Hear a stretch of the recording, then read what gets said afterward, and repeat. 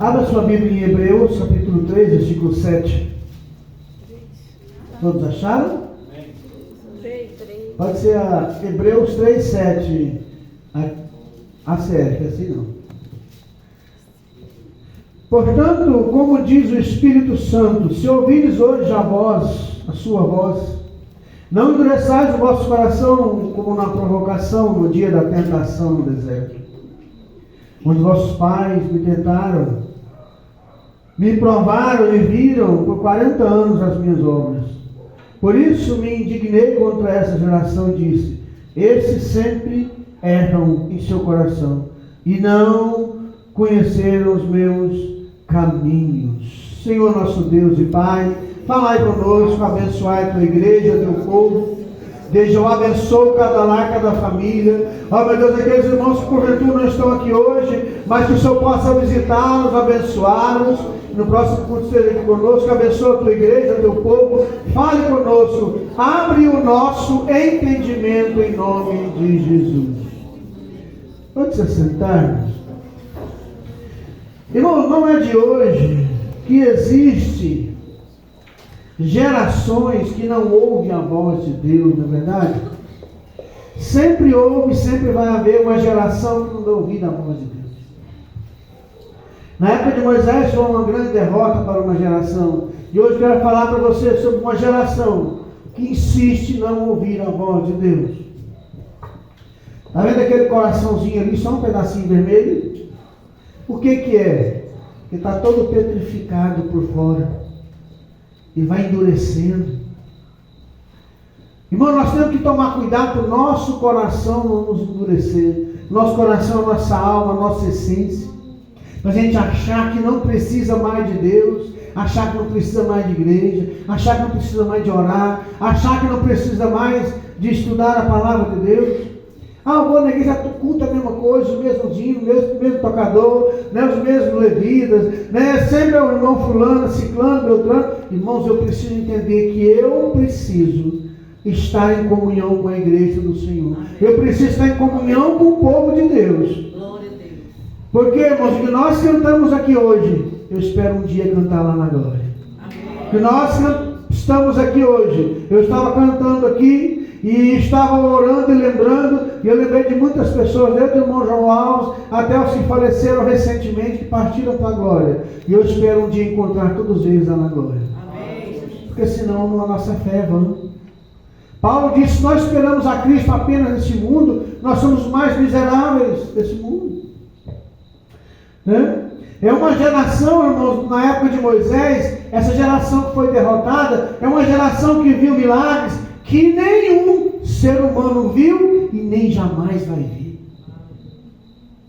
O que o povo de Israel viu no Egito, as 10 pragas, que da terceira praga em diante, se não me engano, Deus separou o seu povo. Os milagres que eles viram, o mar vermelho abrir, a coluna de fogo durante a noite para aquecer e iluminar o povo de Deus, o maná que vindo do céu, que é o pão descendo do céu, aquilo ali nunca mais ninguém vai ver. E mesmo assim aquele povo falharam. Mesmo depois de tantos milagres, em Números capítulo 13, nós vemos um relato triste.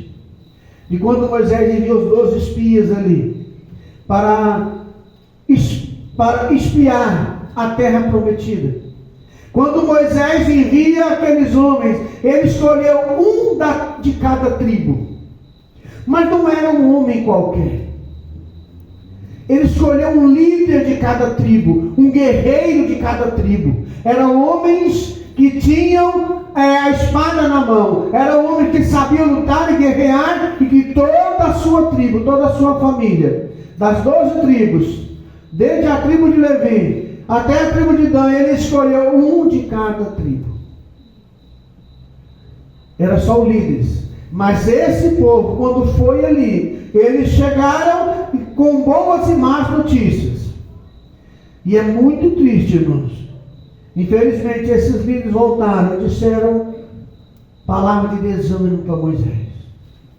A terra, na verdade, nós vimos é boa. A terra que mana leite e mel, esse é o seu fruto. Mas não vamos dar para a gente tomar ela. É triste, irmãos, viram o bom, mas destacou o ruim. Nós vamos ver agora, eles vão em Romanos 13, versículo 26 e 27 em diante. Eles viram o bom, mas destacou o ruim. Irmãos, você sabe que a Bíblia diz observar tudo, reter o que é mal, né? Não? Que eles foram visitar a terra prometida e destacou só o mal. Observar tudo, reter o que é bom. Eu preciso, eles foram, em vez de trazer boas notícias, eles começaram a destacar o lado ruim. É triste, irmão, quando as pessoas não conseguem ver o lado bom das coisas. As pessoas não, tem gente que não consegue ver o lado bom do marido.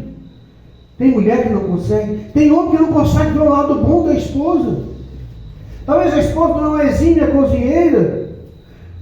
Mas você não se casou para ter uma cozinheira. Se você casou para ter uma cozinheira, meu filho, não casa não. Você que é jovem, que quer se casar para ter uma cozinheira, não casa não. Contratar uma cozinheira é mais barato. Bem mais.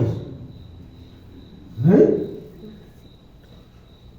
Por que a gente se casa? Por que eu me casei? Eu me casei porque eu era feliz. Eu queria repartir a minha felicidade com minha esposa. Eu não casei para ser feliz. Eu casei porque eu era feliz. Quem casa para ser feliz está casando errado. Eu não casei para ser feliz, eu casei porque eu era feliz. Né? Esse é que é o significado. Você casa para somar. Né? A alegria que você tem com a alegria da sua noiva, a alegria da noiva com a alegria do noivo, juntos os dois, viram uma maravilha, para não falar outra palavra. Então, por quê? Eles viram, mas destacou o lado ruim. É triste quando as pessoas não conseguem ver isso. A Bíblia diz: em tudo eu posso observar um exemplo.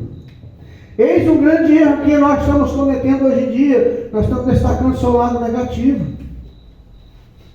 Se eu te perguntar a qualidade de alguém, do seu marido, da sua esposa, do seu filho, você vai demorar a falar. Mas se eu perguntar qual o defeito, sai rapidinho.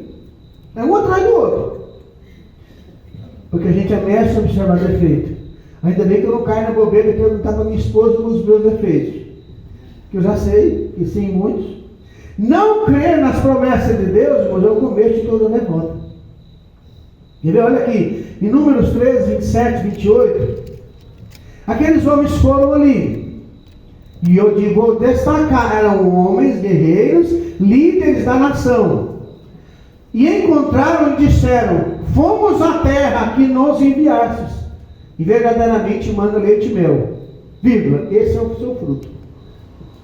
O povo, porém, que habita nessa terra é poderoso, e as cidades fortificadas e muito grandes, e também ali vimos os filhos de Enac. Ó, a terra é boa, maravilhosa, terra de muito gado, muita ovelha, terra onde você vai se fartar e ser abençoado. O que eu disse no começo, irmãos? Deus escolheu guerreiros. Deus escolheu pessoas para influenciar o outro. Estamos vivendo na era da influência, né? Pessoas influenciando outros. O que é influenciar alguém? Você fazer com que ele possa pensar diferente, que ele possa mudar a maneira de pensar e de agir, e fazer com que aquilo que você está falando, ele possa fazer. Irmão, você é servo de Deus. Quando foi que você influenciou alguém a servir a Deus? Quando foi que nós vimos alguém sendo transformado porque nós começamos a ensinar e mostrar e ele foi mudando? Irmão, você tem que influenciar alguém. Esses supostos guerreiros foram e voltaram com a maneira diferente. Eles se esqueceram do que Deus disse em Deuteronômio 8. Eu quero ler esse texto todo, é um pouquinho longo, mas esse texto esclarece. E antes do povo entrar na terra prometida, Deus está falando: é eu que vou te dar. E não é porque você é bom, é porque os outros são piores que você. Ó, Deuteronômio capítulo 8, a partir do versículo 7. Todos os mandamentos, porque o Senhor teu Deus te põe numa boa terra, terra de ribeiro, de águas, de fontes, de mananciais que saem dos vales e das montanhas, terra de trigo e cevada, de vides e figueiras, romeiras, terra de oliveiras, terra de azeite e mel, ou seja, dá de tudo, plantar dá. Terras em que comerás o pão sem escassez, e nada te faltará nela. Terra cuja pedras são ferro, e de cujas montes tu cavarás o cobre, para fazer seus armamentos e seus utensílios. Quando, pois, te vires comido, e fores farto, louvarás ao Senhor teu Deus, pela boa terra que te deu. Guarda-te que não esqueças do Senhor teu Deus, deixando de guardar os seus mandamentos, os seus juízos e os seus estatutos que hoje te ordeno. Amém? Amém?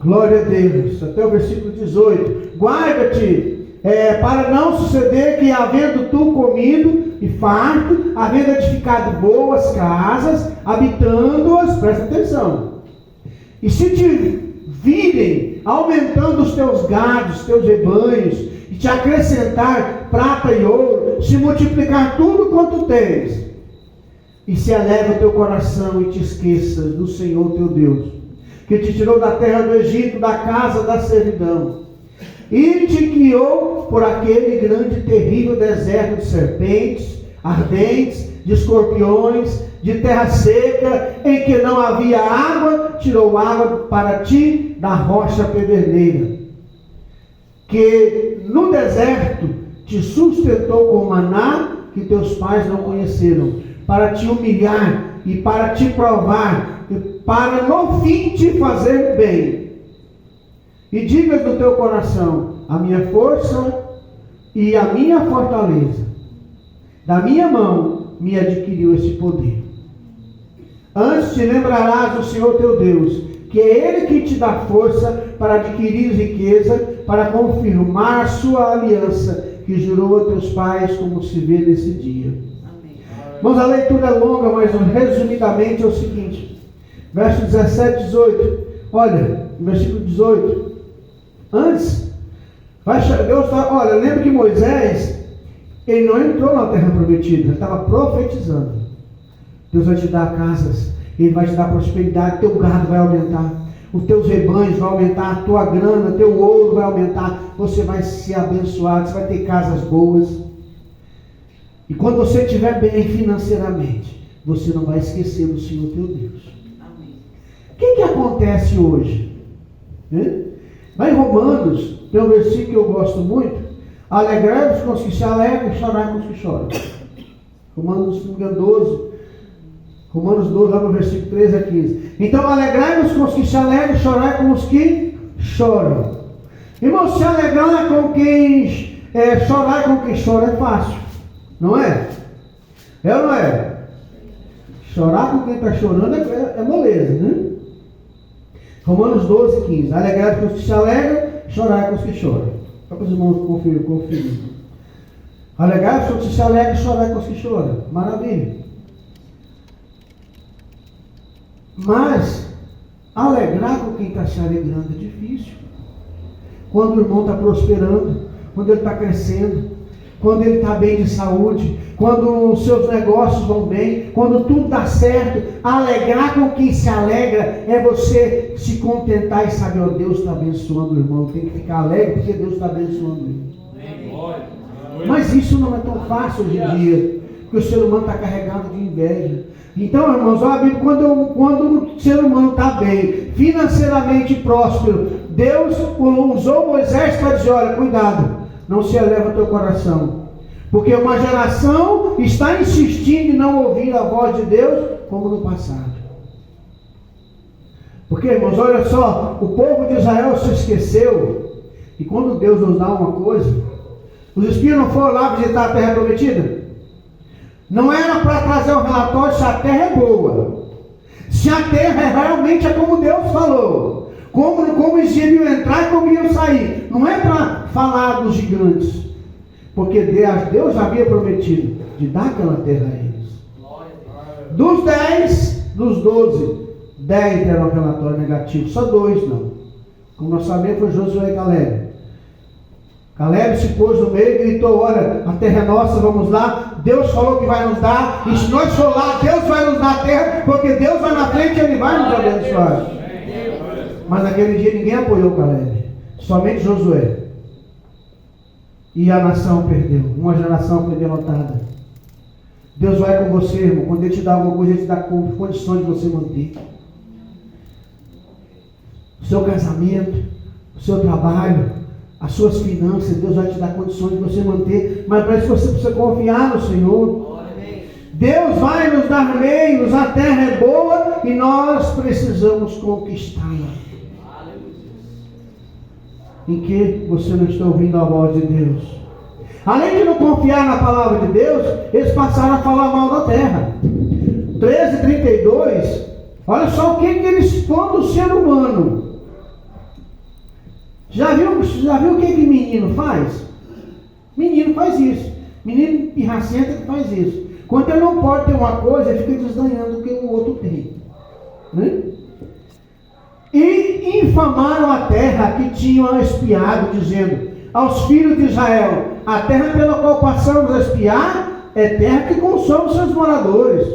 Todo o povo que vimos nela são homens de grande estatura. Ou seja, logo, aquela terra lá não é uma terra boa, não. É uma terra boa, mas devora seu povo. Começou a infamar a terra. Irmão, como é triste ver pessoas falando mal do que Deus te deu. Você nunca ouviu e nunca vai ouvir eu falando mal da minha esposa ou dos meus filhos. Eles têm defeito? Sim. Mas eu não vou destacar. Porque se eu destacar, eu estou dando voz ao diabo. E a Bíblia diz que os meus filhos são herança do Senhor. Deus não me dá coisa ruim. Deus não te deu coisa ruim. Você tem filhos, as mães digam amém. Amém. Os pais digam amém. Amém. Misericórdia. Os pais digam amém. Amém. Então, você tem filhos abençoados. Amém. Glória a Deus. Pai, vai passar por um momento difícil? Vai. Mas você ainda vai ser pai dele. E ele ainda vai se lembrar que tem um pai. Porque eu já passei por isso. O filho pode ir lá no mais profundo do abismo, mas lá no fundo ele ainda vai lembrar que tem alguém que dá a mão para ele. Parábola do filho pródigo mostra isso. O rapaz estava onde? Ele estava lá no meio do chiqueiro, que com vontade de comer a lavagem que o porco comia. E ele não podia. O que ele lembrou? Do amigo, do colega? Estava bebendo com ele? Ele lembrou do pai e da mãe. Na casa do meu pai, os seus serventes, os seus empregados comem melhor do que esse homem. E eu vou voltar para a casa do meu pai. Pelo menos lá eu tenho que comer, beber e vestir, eu vou poder viver uma vida melhor. Irmãos, a casa do pai é o melhor lugar que tem. A casa do pai é um lugar melhor para você que é filho de Deus. O melhor lugar é aqui. Davi diz, olha, melhor estar na casa do Senhor que em outras partes mil. A Bíblia diz, quão amáveis são os seus tabernáculos, ó Senhor. O meu coração e minha carne clamam pelo Deus vivo. Até o pardal encontrou casa e a andorinha ninhos para si, onde acolhe os seus filhotes, junto aos teus altares. Eu, Senhor, encontrei o teu altar. Então não posso deixar de estar na casa do Senhor.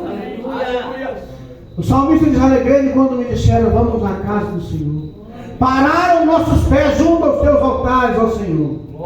Eu preciso estar na casa do Senhor. Eu tenho que estar diante de Deus, junto com os meus irmãos. Então agradeça a Deus por tudo que você tem, irmão. Amém. Porque se Senhor te dá coisa boa, para de comparar a sua vida com a vida do outro. Em primeiro lugar, se o outro tem mais, é porque ele trabalhou mais, ele se dedicou mais. Não é porque ele é mais abençoado. A mesma bênção que vem para mim vem para você. Só que uns têm mais capacidade que o outro. Uns estudou mais, uns tiveram mais oportunidade de estudo melhor desde quando era criança. Tudo isso conta, irmão. Ou não conta? Conta. Então pare de comparar sua vida com a do outro. Agradeça pelo que você tem. Lembra do que Paulo disse a Timóteo: tendo o que comer e o que vestir, estejais satisfeitos. Então vamos cumprir o que a palavra do Senhor diz. Posso querer melhor? Posso e devo. Mas o que eu não posso é deixar de agradecer pelo que eu já tenho. Né? Cada um, irmão, tem o que merece. Tem o que lutou. Você lutou, você merece. Bem, não crer nas promessas de Deus é o começo da derrota de todo mundo. Qual que é a promessa de Deus para nós? Onde é que está? Na Bíblia. Você vai vencer o gigante. Lá os filhos de Enac, eles falavam aqui quem era? Gigante, descendente dos gigantes. Vamos entrar na questão. Por exemplo, Sansão não, Golias, ao que indica, é descendente do gigante, tinha mais de 3 metros de altura, provavelmente, era um homem grande. Então, esses homens eram de alta estatura, eram gigantes, eles se prevaleciam sobre qualquer ser humano, mas aquele que tem fé no Senhor é como Davi, ele pode vencer o gigante com o que ele tem na mão. Davi tinha uma funda e uma pedra, era uma tiradeira. Então você pode vencer com o que você tem. O que você tem? Sua oração, a sua comunhão com Deus. Amém. O diabo não pode com quem ora, com quem busca o Senhor. Glória a Deus. Glória a Deus. Então, irmãos, não queira voltar atrás. Pega em Números 14, 4. Eu gosto. É revoltante quando você vê isso aqui. E diziam uns aos outros: constituamos um líder e voltemos para o Egito. Põe aqui em Gênesis. Não tem. E diziam uns aos outros: escolhamos um chefe e voltemos para o Egito. Nós vamos escolher um líder, o chefe, pelo liderar nós voltar para o Egito. O que o Egito representa, irmãos? Não é o mundo? Billy Graham disse assim: toda vez que o cristão quer zarpar para longe de Deus, o diabo tem sempre um barquinho pronto. Ele tem sempre uma embarcação pronta. Eu não preciso escolher líder para não voltar para o mundo, porque o diabo se encarrega disso. Mas o povo de Israel nós queremos escolher um líder para voltar a ser escravo. Irmãos, olha só, eram livres, agora queria voltar a ser escravo de novo. Servo de Deus, irmãos, que é lavado e remido no sangue de Jesus, não quer voltar para o mundo de espécie alguma. É como Sadraque, Mesaque e Abednego. Eu posso até morrer queimado, ir para a fornalha de fogo, mas adorar o seu Deus eu não vou. Voltar para o Egito nunca mais. Voltar atrás nunca mais, diz em Hebreus 10. Então, na verdade, irmãos, nem mesmo a sua vida te pertence. Você não pode querer voltar atrás. O que você fez quando você aceitou a Cristo como seu Senhor e Salvador? O que você fez? Nós esquecemos, nós estamos esquecendo de que quando eu aceitei a Cristo, quer dizer que eu aceitei o sacrifício que Ele fez por mim. Eu aceitei que Ele morreu na cruz por mim. Então eu estou agora fazendo o quê? Eu estou entregando a minha... Ajuda aí, né, irmão? Eu estou entregando a minha... vida. Pro... Senhor. Então quando você foi batizado nas águas, você entregou sua vida pro... Senhor. Para quê? Entregou sua vida pro Senhor para fazer o que você quer? Para viver aquilo que você quer? É? Foi assim? Não, mas nós estamos aqui para servir o Senhor. A minha vida não me pertence mais. Eu devo consultar ao Senhor. Você não é mais do mundo. Você entregou a sua vida, logo a sua vida não é sua. Por exemplo, eu tenho uma dupla responsabilidade. Além de ser servo de Deus, né? Eu sou casado. Eu não posso fazer nada sem consultar a minha esposa. Não é pedir se pode, é consultar. Conversar, chegar a um acordo. Casamento funciona assim. Já pensou? Por que muitos casais não dão certo? Eles se casam, a irmã casa e quer continuar vivendo a vida de solteiro.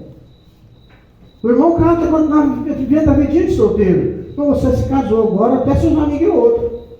Você não pode ter amigo que é só do mundo. Só amigo que só nas festas, nas baladas. Não dá mais.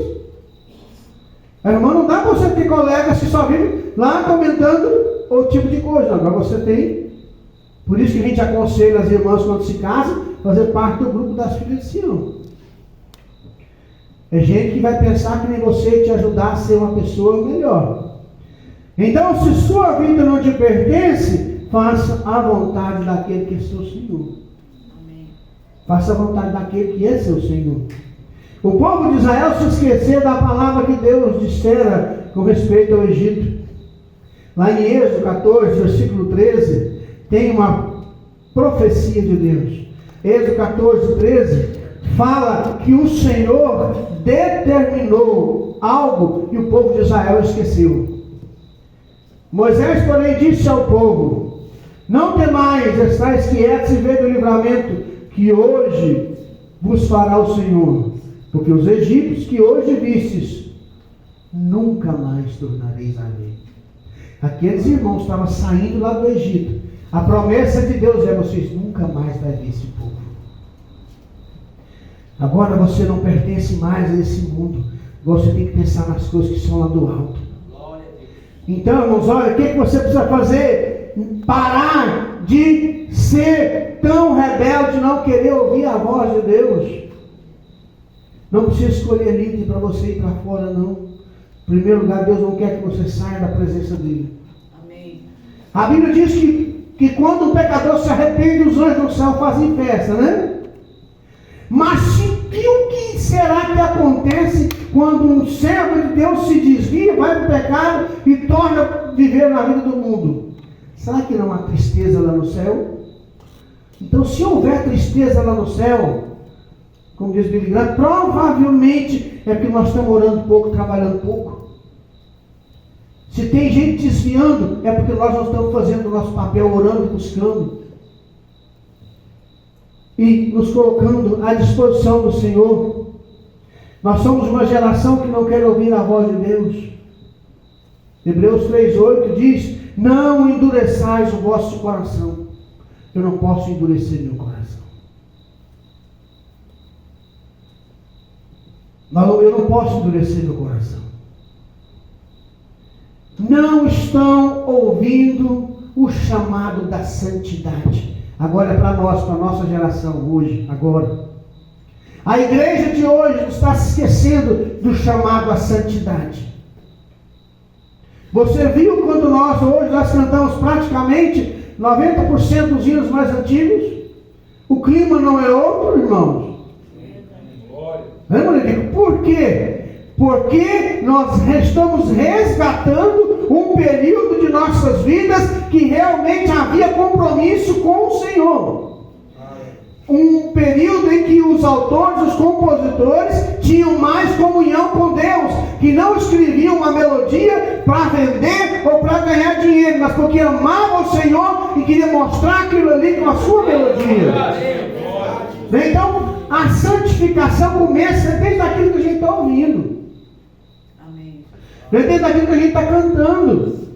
Então a santidade no falar, estão se esquecendo. Olha, uma geração que insiste em não ouvir a voz de Deus com respeito à santidade no falar. Né?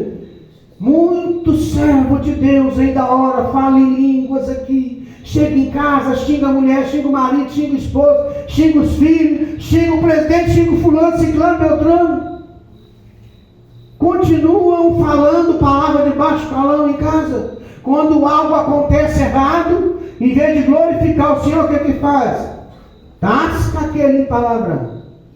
É ou não é? Existe isso no nosso meio, irmão. Se você está fazendo isso, santifica a sua língua.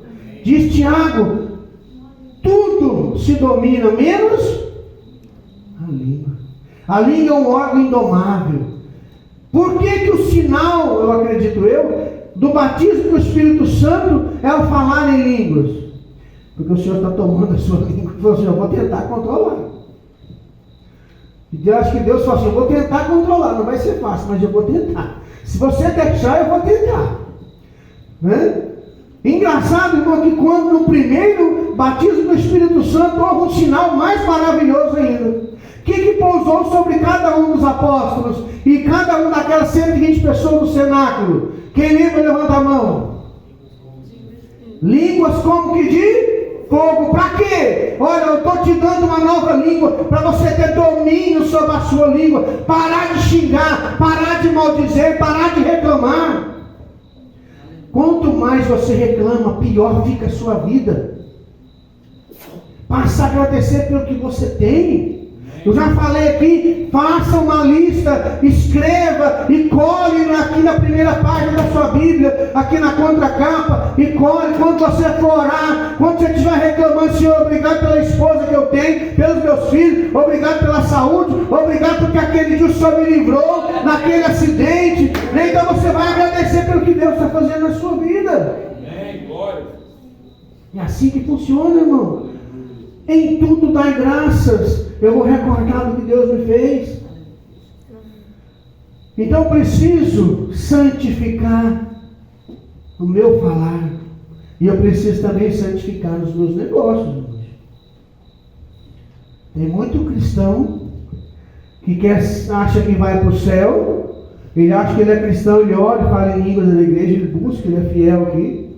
Ele até devolve o seu dízimo, a sua oferta, que faz parte da sua fidelidade. Na sua oferta, o seu dízimo, sua oferta voluntária, voluntária só a quantidade. Não é? A oferta é voluntária só a quantidade. É o que Deus tocar em seu coração. Mas você tem que ofertar. O seu dízimo não é voluntário, é obrigatório. Ah, pastor, eu não creio assim. Bom, é problema seu. Se você não crê, é entre você e Deus. Né? O seu dízimo é uma bênção para você e para a sua vida. Mas você é fiel lá no seu trabalho? Você é fiel nos seus negócios? Né? Você é fiel no seu negócio? Porque aquilo que eu não quero de mal para mim, eu não posso querer para o Joaquim. Né? Se eu não quero ser passado para trás, por que eu vou passar o outro para trás? Se eu não quero ser enganado, por que eu vou enganar o outro? Por exemplo, você pegou uma nota falsa, R$50, por exemplo. Você vai enfiar no meio das outras, passar para frente para o outro? O correto é você pegar ele e queimar, jogar fora. Ah, mas vou perder R$50. É, mas o servo de Deus fiel prefere levar o prejuízo que dar prejuízo para o outro. É assim que funciona. É uma geração que não quer ouvir a voz de Deus. Ah, ele quer continuar casado, quer continuar, mas quer levar a vidinha de solteiro. Né? Alguns querem até continuar saindo com as amantes lá fora, irmão. Você agora é servo do Senhor, você tem compromisso com a sua esposa, e agora só pode encontrar outra pessoa quando uma morrer ou quando houver infidelidade. Né? Então eu tenho que tomar cuidado. E servo de Deus de verdade prefere levar o prejuízo que dar prejuízo. Lembra de Lucas 6,38? Dai ser-vos a dado. Então, com a medida que eu medir, eles vão medir também. O que não serve para mim, não serve para o outro. Eu preciso santificar no meu vestir. E se a minha maneira de vestir não glorifica o Senhor, tem algo errado. A minha vestimenta não pode chamar atenção para mim. Tem que demonstrar aquilo que eu sou. Você é o que você veste. Você é o que você fala. Você é o que você faz. Então a sua maneira de vestir tem que glorificar ao Senhor. Amém. Glória. Tem que haver santidade lá no trabalho. Será que nós somos servos de Deus aqui na igreja, não? Será que nós somos servos de Deus só aqui na igreja? Será que está para seguir a Deus só aqui na igreja? Eu te pergunto, será que quando Jesus voltar, nós vamos estar na igreja orando, buscando? Pode até acontecer, mas será que vai? Será que quando Ele te chamar, será que você vai estar orando e buscando? Né? Quando Ele te chamar, quando você morrer. Né? Então será? O que ele diz em 1 Coríntios 10:31? Quer comais, ou bebais, ou façais qualquer coisa, fazer tudo para a glória de Deus. Amém. Glória. E em Colossenses 3:17 diz: tudo que fizeres em palavra ou ação, fazei-o Em nome do Senhor Jesus Cristo, dando por ele graças a Deus, Pai. Glória. Então tudo que eu faço tem que ser para a glória de Deus. Tudo que você faz é para a glória do Senhor. Tudo. Se algo, por que a gente fala muito contra os vícios? Drogas, cigarro, álcool, tudo isso. Porque está nos controlando. Mas tem vício também que é lícito. Comida, comer demais é um vício. Então toma cuidado com aquilo que está te dominando. Porque eu não quero fazer parte dessa geração que insiste em ouvir a voz de Deus.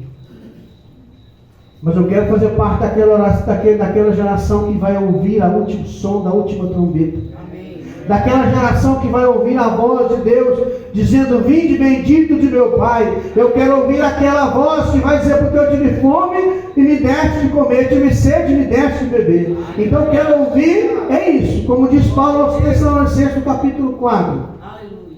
No abrir e fechar de olhos, tudo isso acontecerá. A trombeta soará, os vivos serão transformados e os mortos serão ressuscitados, os vivos transformados.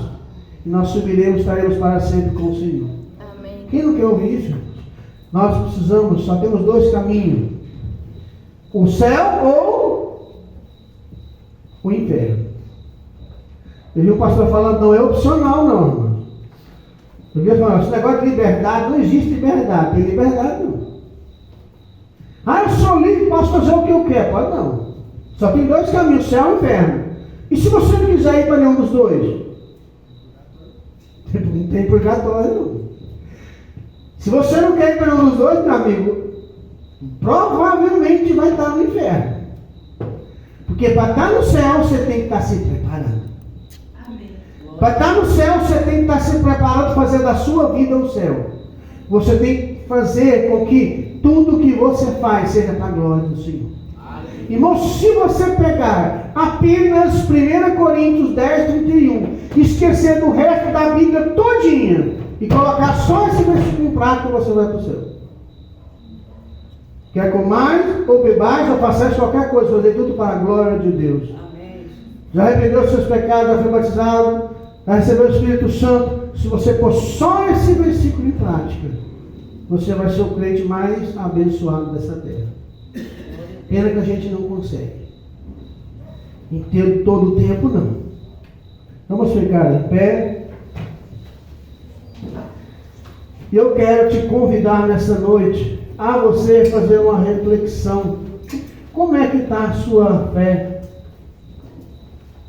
Será que você faz parte dessa geração que está insistindo em não ouvir a voz de Deus?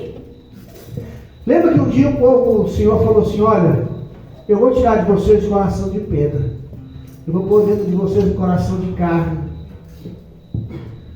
Irmãos, eu não queria que Deus falasse isso de mim e de você não, né, irmão? Isso é ruim. Deus falou assim: olha, eu vou tirar do meu povo o coração de pedra. Um dia a geração atormentou tanto o povo de Deus, que falou assim: olha, eu não vou no meio de vocês mais, eu vou na frente. Se eu for no meio, todos vocês vão morrer. Moisés ficou triste por aquele dia. Deus falou assim: não dá para mim mais no meio de vocês. Eu preciso tomar cuidado para que a minha vida seja um reflexo da minha fé.